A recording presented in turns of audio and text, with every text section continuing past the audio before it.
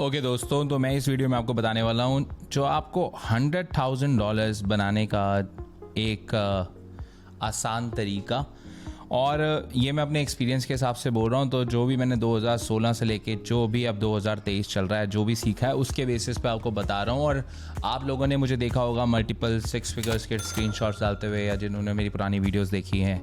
और recently last month भी हमने अपने एक बिज़नेस के अंदर $58,000 की सेल करी थी। इस महीने हम $37,000 के आसपास की सेल आज तक करी है। आपने स्क्रीनशॉट्स देख लिए होंगे।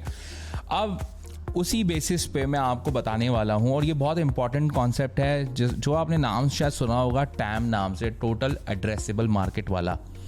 अगर आपने $1 लाख, और मैं $1 लाख ना सिर्फ ईजी रखने के लिए कह रहा हूँ, ये 1 करोड़ रुपया भी हो सकता है, ये 10 करोड़ भी हो सकता है, लेकिन जो कॉन्सेप्ट मैं समझा रहा हूँ शायद उससे आपको कुछ वैल्यू मिलने वाली है, बिकॉज ये मेरे लिए बिल्कुल ट्रू है और आई थिंक ये ई कॉमर्स के लिए भी बिल्कुल ट्रू है।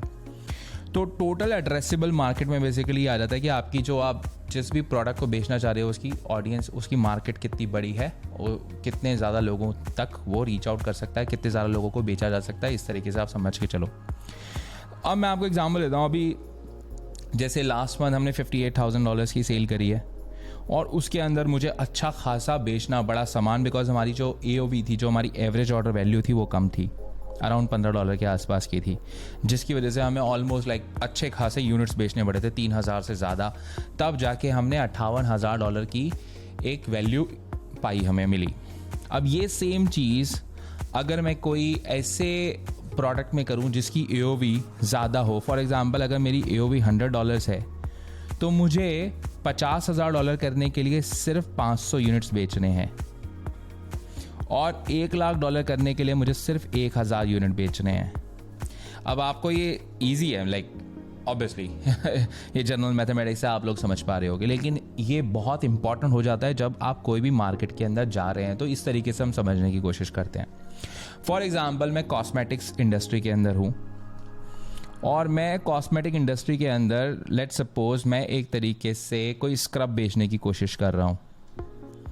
अब जब मैं कॉस्मेटिक इंडस्ट्री के अंदर हूँ, और कॉस्मेटिक इंडस्ट्री के अंदर मैं ज़्यादातर लोगों को टारगेट करने की कोशिश कर रहा हूँ जिनकी एज 18 से लेके 34 की है, और मैं उन्हें स्क्रब बेचने की कोशिश कर रहा हूँ, तो मेरे पास एक बहुत अच्छी ऑडियंस होगी, बहुत बड़ा साइज़ होगा। अगर मैं लेट्स सपोज इंडिया की बात करूँ तो कंसीडर करते हैं, चलो 20-30 मिलियन के आसपास होगा। मैं रफ नंबर ले रहा हूँ, ठीक है, जस्ट ईजी रखने के लिए।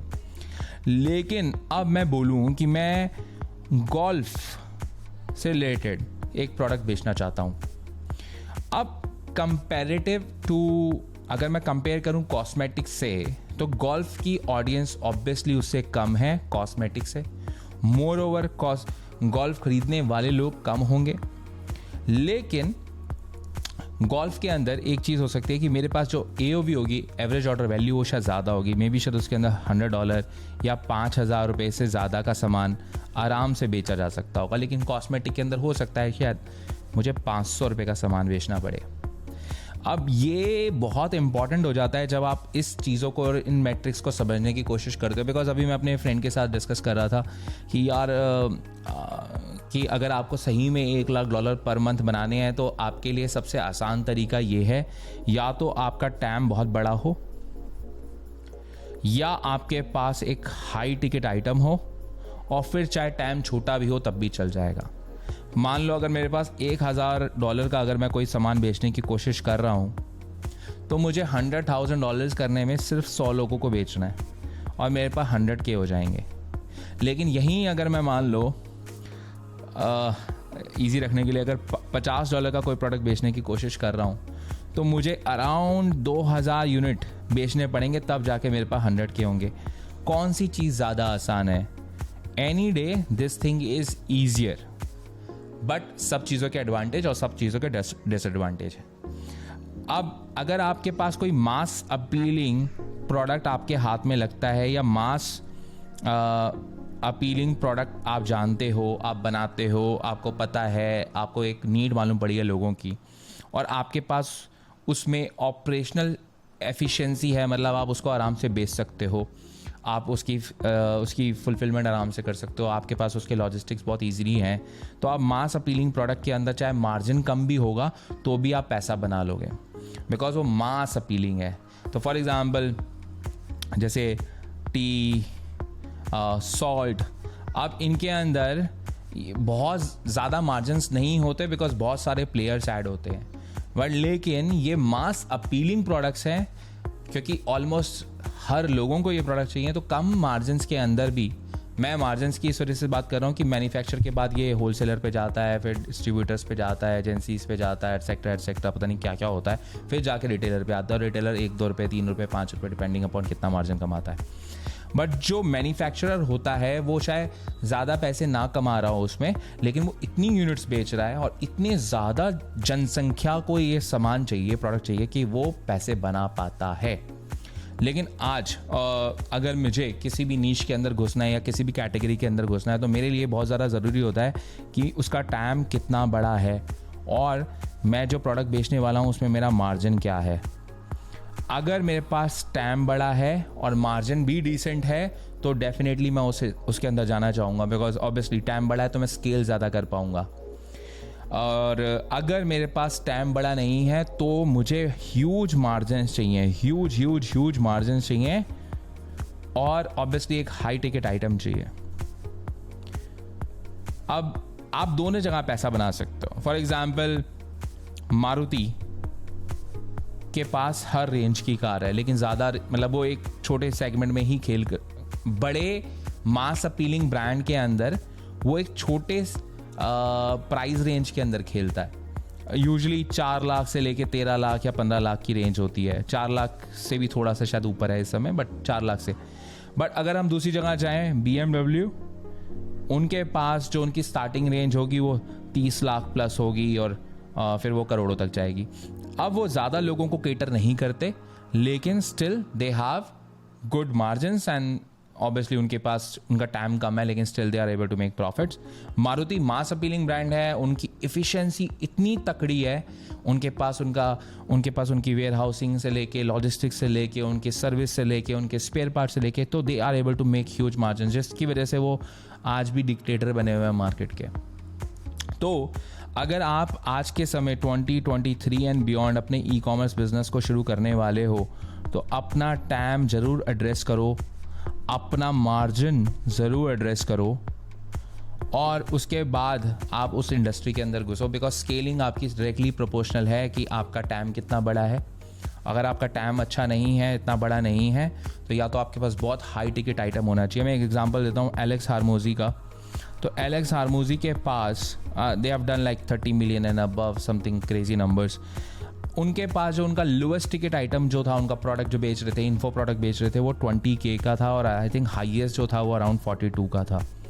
अब वो 100 लोगों को भी अगर प्रोडक्ट बेचेंगे, दे विल मेक $2 मिलियन। अब यहाँ पे उनके पास मार्जिन है, उनका टाइम चाहे ज़्यादा बड़ा ना भी हो, still they will do huge numbers, margin ज़्यादा है। ऑब्वियसली जो लोग खरीद रहे हैं $20,000 का, उनको वैल्यू उतनी की मिल रही है, वो चीज़ हमेशा रहेगी। वैल्यू वैल्यू वैल्यू वैल्यू होनी चाहिए। अगर वैल्यू नहीं होगी तो कोई भी सामान नहीं बिकेगा, कोई भी चीज़ नहीं बिकेगी, कोई भी सर्विस नहीं बिकेगी। अगर वैल्यू नहीं है तो नहीं बिकेगा। तो ये मार्जिन्स का गेम आपको समझना पड़ेगा, आपको टाइम का गेम समझना पड़ेगा, और उसके बाद मार्केट में उतरना पड़ेगा। फॉर एग्जाम्पल दिस हैट और दिस कैप, अब ये अर्बन मंकी की कैप है। मुझे अभी तक इसकी प्राइसिंग क्लियर नहीं हुई है, लेकिन मैं एक एस्टिमेट लेके चल रहा हूँ कि ये 1350 रुपये का तो बेच रहे हैं इस वक्त, लेकिन शायद इनको ये कैप और हैट मे बी 200 से 300 रुपये की कॉस्ट कर रही होगी। मुझे एग्जैक्ट नंबर्स अभी नहीं मालूम, मैंने अलीबाबा वालों से ढंग से बात नहीं कर पाया हूँ, मैं रीच आउट नहीं कर पाया हूँ उन लोगों को। तो जब मैं उनके पास रीच आउट करूँगा मैं आपको एग्जैक्ट प्राइसिंग बता पाऊँगा, लेकिन लेट्स अज्यूम 200 से 300 रुपये के बीच में पड़ रही होगी। Now they have huge margins to play, और शायद उनके पास उनका टाइम कम है, लेकिन if they have margins still वो एक decent profitable, hugely profitable business कर पाएंगे। अमन गुप्ता की बात लें यहाँ पर, तो अमन गुप्ता के पास बहुत तकड़ा टाइम है, बिकॉज बहुत बड़ी ऑडियंस को रीच आउट कर रहे हैं वो।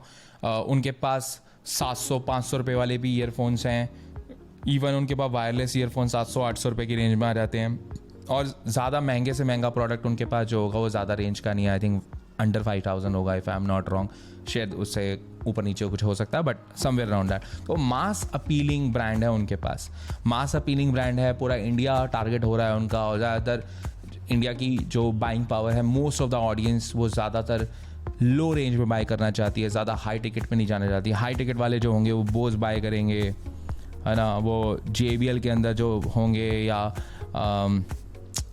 हरमन गार्डन होगा या एटसेट्रा, इस तरीके से बाय करेंगे। तो आप जब भी अपनी ई-कॉमर्स ब्रांड शुरू करो तो अपना टाइम और अपने मार्जिन्स को ध्यान रखना, और उसके हिसाब से आपकी स्केलिंग डिपेंड करेगी।